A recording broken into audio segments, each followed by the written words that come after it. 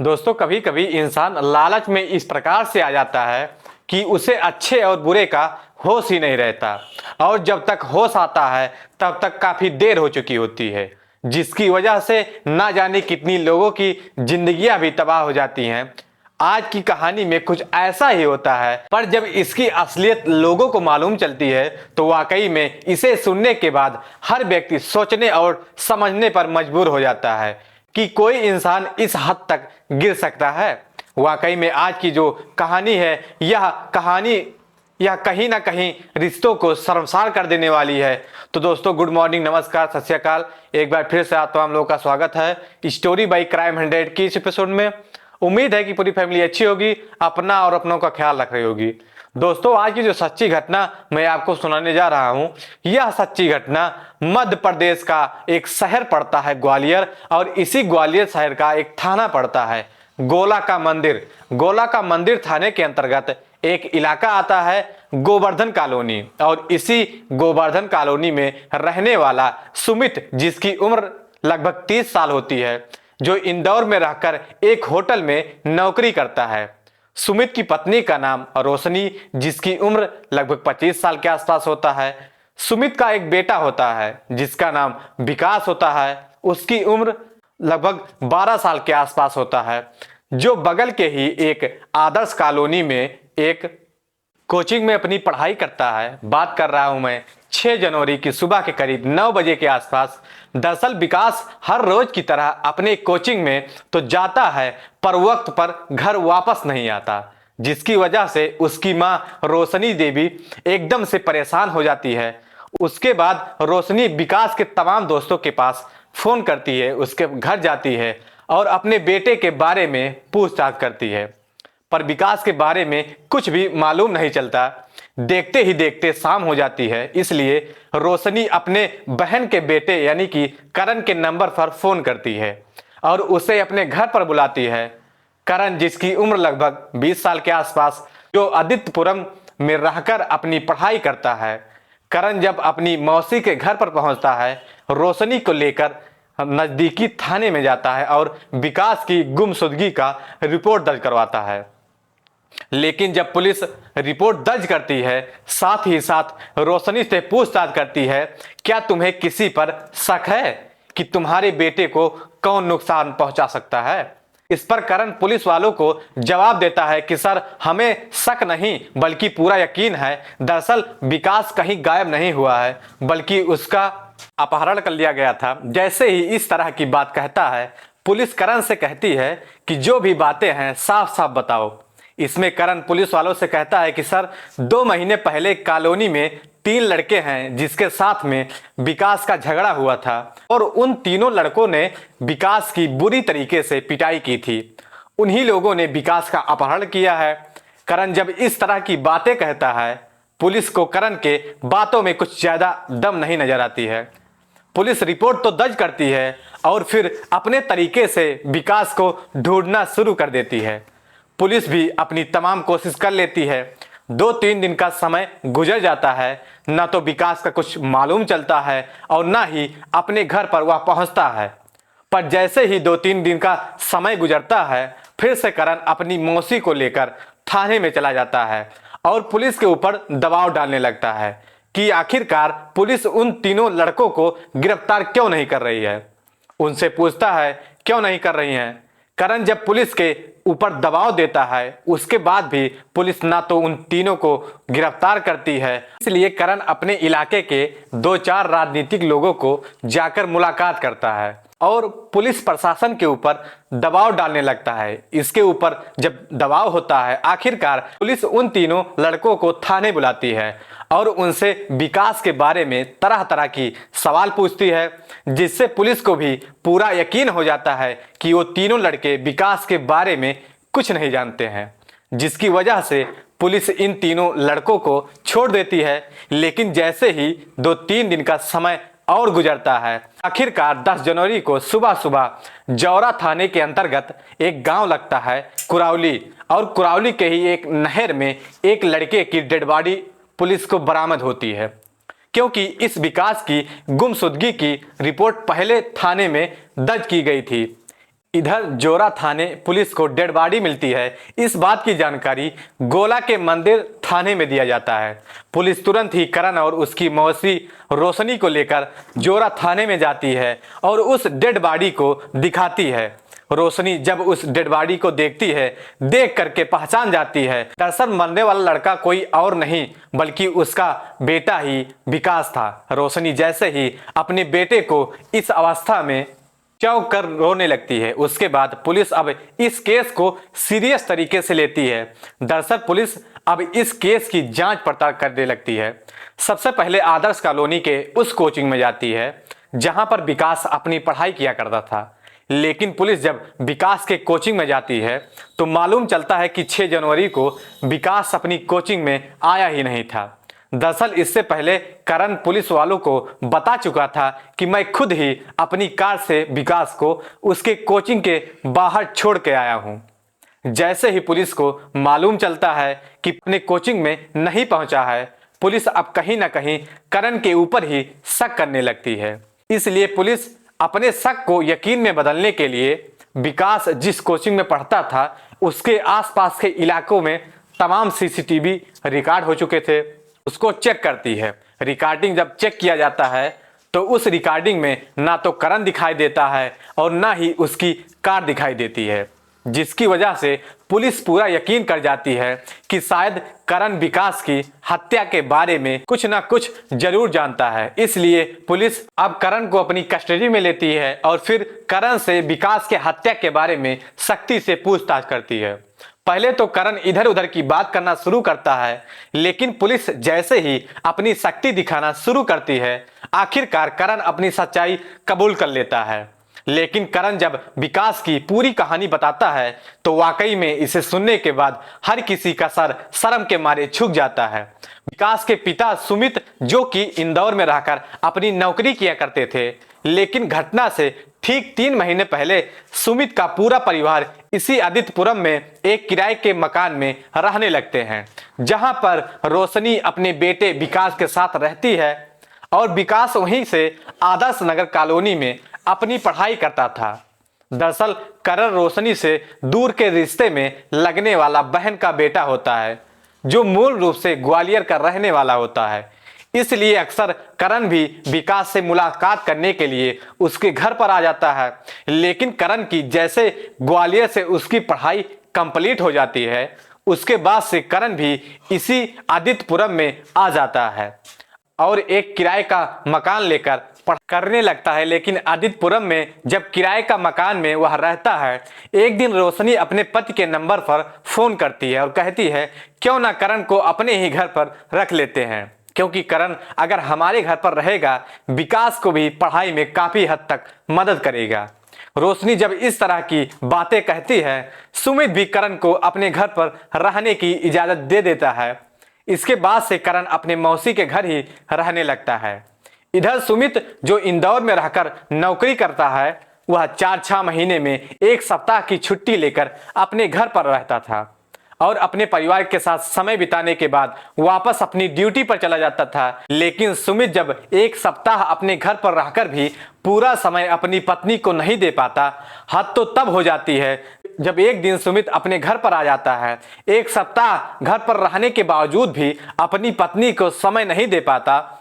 जिस दिन वापस अपने इंदौर जाने के लिए तैयार होता है, उसी दिन रोशनी अपनी पति से झगड़ा कर लेती है। पति और पत्नी के बीच में जब झगड़े तकरार होता है, वहां पर करण भी खड़ा होकर दोनों की बातें सुनता है। सुमित जब वापस इंदौर चला जाता है, करण अपनी मौसी से पूछता है कि तुम मौसा जी से झगड़ा क्यों कर रही थी। इस पर रोशनी आगे पीछे कुछ भी नहीं सोचती और करण को तुरंत ही जवाब देती है कि जब तुम शादी कर लेना, अपनी पत्नी को कभी दूर मत करना। इस तरह की बातें कहती है। करण को भी समझने में देरी नहीं लगती, आखिरकार उसकी मौसी मौसा से झगड़ा क्यों कर रही थी। करण को जैसे ही अपनी मौसी की कमजोरी मालूम चलती है, कहीं ना कहीं करण की भी नीयत खराब हो जाती है। दरअसल उसके बाद से करण जब भी अपनी मौसी की तरफ देखता है, अजीब निगाहों से देखता है, जिसे देख करके रोशनी को भी समझने में देर नहीं लगती कि करण उससे चाहता क्या है। आखिरकार एक समय ऐसा भी आता है जब एक दिन मान मर्यादा की सारी सीमाएं टूट जाती हैं और रोशनी के घर के अंदर ही रोशनी और करण के बीच में अवैध संबंध बन जाता है। और एक बार जब यह सिलसिला शुरू हो जाता है उसके बाद से कभी रुकने का नाम ही नहीं लेता। दरअसल उसके बाद से रोशनी इस प्रकार से खुश रहने लगती है कि उसके बाद जब भी उसका पति घर पर आता है, अब रोशनी और करण इंतजार करने लगते हैं कि आखिर सुमित वापस इंदौर कब जाएगा। दरअसल रोशनी का जब करण के साथ में इस तरह का रिश्ता कायम होता है, इस बात की जानकारी सुमित को कभी मालूम ही नहीं चलती, क्योंकि रोशनी का बेटा विकास जब अपने कोचिंग में चला जाता है उसके बाद में रोशनी करण को अपने घर के अंदर लेकर जाती है और दरवाजा बंद करके लॉक कर लेती है। पर जैसे ही कुछ महीने का समय गुजरता है, इस तरह का नज़ारा आस पड़ोस के लोग देखते हैं, लोगों को कहीं ना कहीं शक हो जाता है और धीरे धीरे यह बात सुमित के कानों तक पहुंच जाती है। सुमित को जैसे ही सच्चाई मालूम चलती है, जब वह घर पर पहुंचता है, अपनी पत्नी को काफी फटकार लगाता है, मारता भी है, साथ ही साथ आदित्यपुरम से अपना घर खाली कर देता है और इसी गोवर्धन कॉलोनी में अपना किराए का मकान लेकर रहने लगता है, जहां पर रोशनी अपने बेटे के साथ रहने लगती है। साथ ही साथ करण से भी कहता है कि आज के बाद तुम्हें मेरे घर आने की कोई जरूरत नहीं है, और अपने बेटे से भी कहकर जाता है कि अगर कभी हमारे यहाँ पर करण आता है तो तुम मुझे बताना। रोशनी जब गोवर्धन इलाके में आकर रहने लगती है, इस वजह से रोशनी और करण की कभी मुलाकात नहीं हो पाती। पर जैसे जैसे समय गुजरता है, दोनों एक दूसरे से मिलने के लिए बेचैन हो रहे थे। आखिरकार करण से अब बर्दाश्त नहीं होता, एक दिन हिम्मत जुटा करके रोशनी से मुलाकात करने के लिए सुबह सुबह उसके घर पर चला जाता है। लेकिन करण जब रोशनी के घर पहुंचता है, उस टाइम रोशनी का बेटा विकास घर पर मौजूद नहीं होता है। इतने दिनों के बाद जब रोशनी करण को देखती है, देख करके इस प्रकार से खुश हो जाती है कि तुरंत ही उसका हाथ पकड़कर कमरे में लेकर जाती है और दोनों अपनी हवस पूरी करने लगते हैं। लेकिन इससे पहले कि दोनों की हवस पूरी हो पाती, थोड़ी देर में विकास घर पर पहुंच जाता है और दोनों को एक आपत्तिजनक स्थिति में देख लेता है। रोशनी और करण जब अपने सामने विकास को देखते हैं, देख करके एकदम से डर जाते हैं।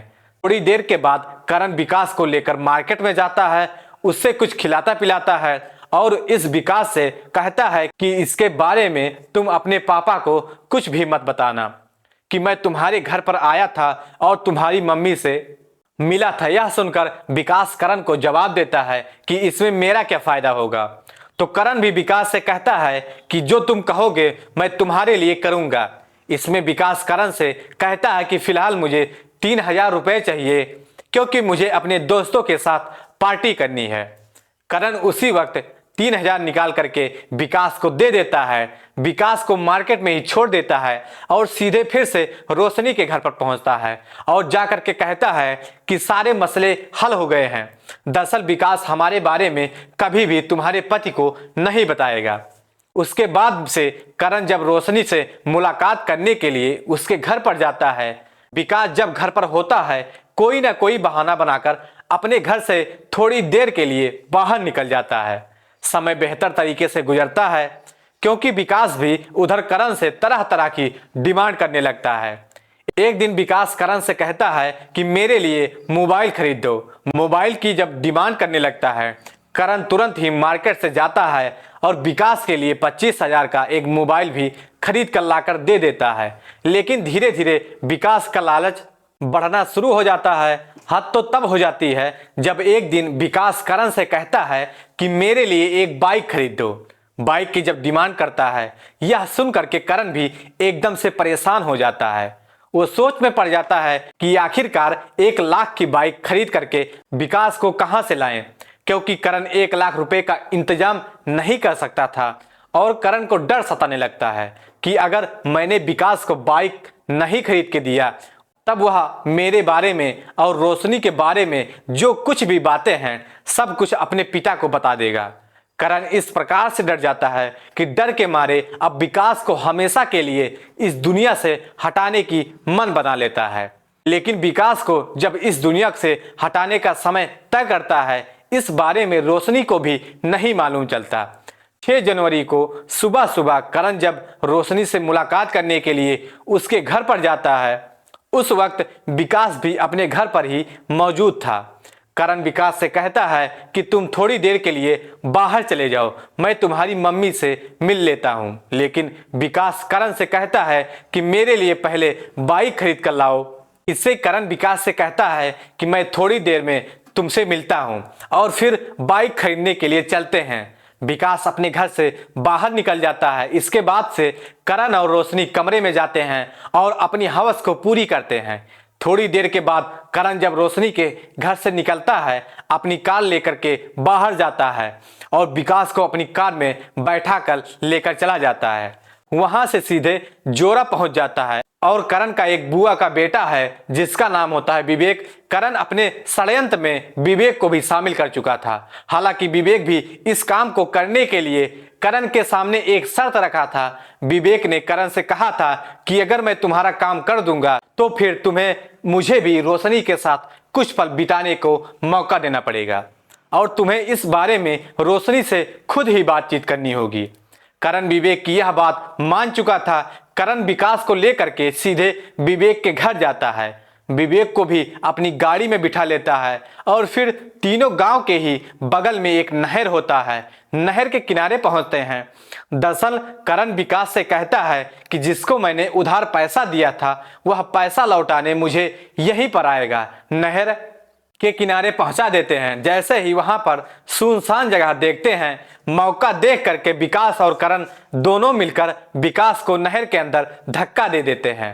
दरअसल विकास को तैरना नहीं आता था, जिसकी वजह से पानी में ही उसकी मौत हो जाती है। विकास की जब मौत हो जाती है उसके बाद से करण और विवेक वापस अपने घर चले जाते हैं।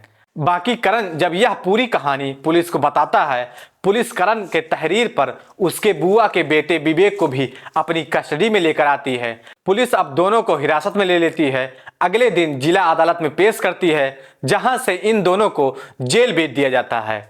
लेकिन इस बात की जानकारी जब विकास की मां रोशनी को मालूम चलती है तो उसे अपने कानों पर यकीन ही नहीं होता कि करण ने इस हद तक अपने कदम को आगे बढ़ा दिया है। तो दोस्तों, इस कहानी को सुनाने का उद्देश्य किसी को परेशान करना नहीं था, किसी का दिल दुखाना नहीं था, हालांकि आप लोगों को जागरूक करना था, आप लोगों को सचेत करना था।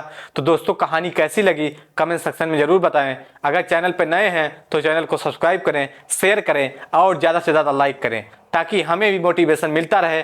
तब तक के लिए जय हिंद, जय भारत।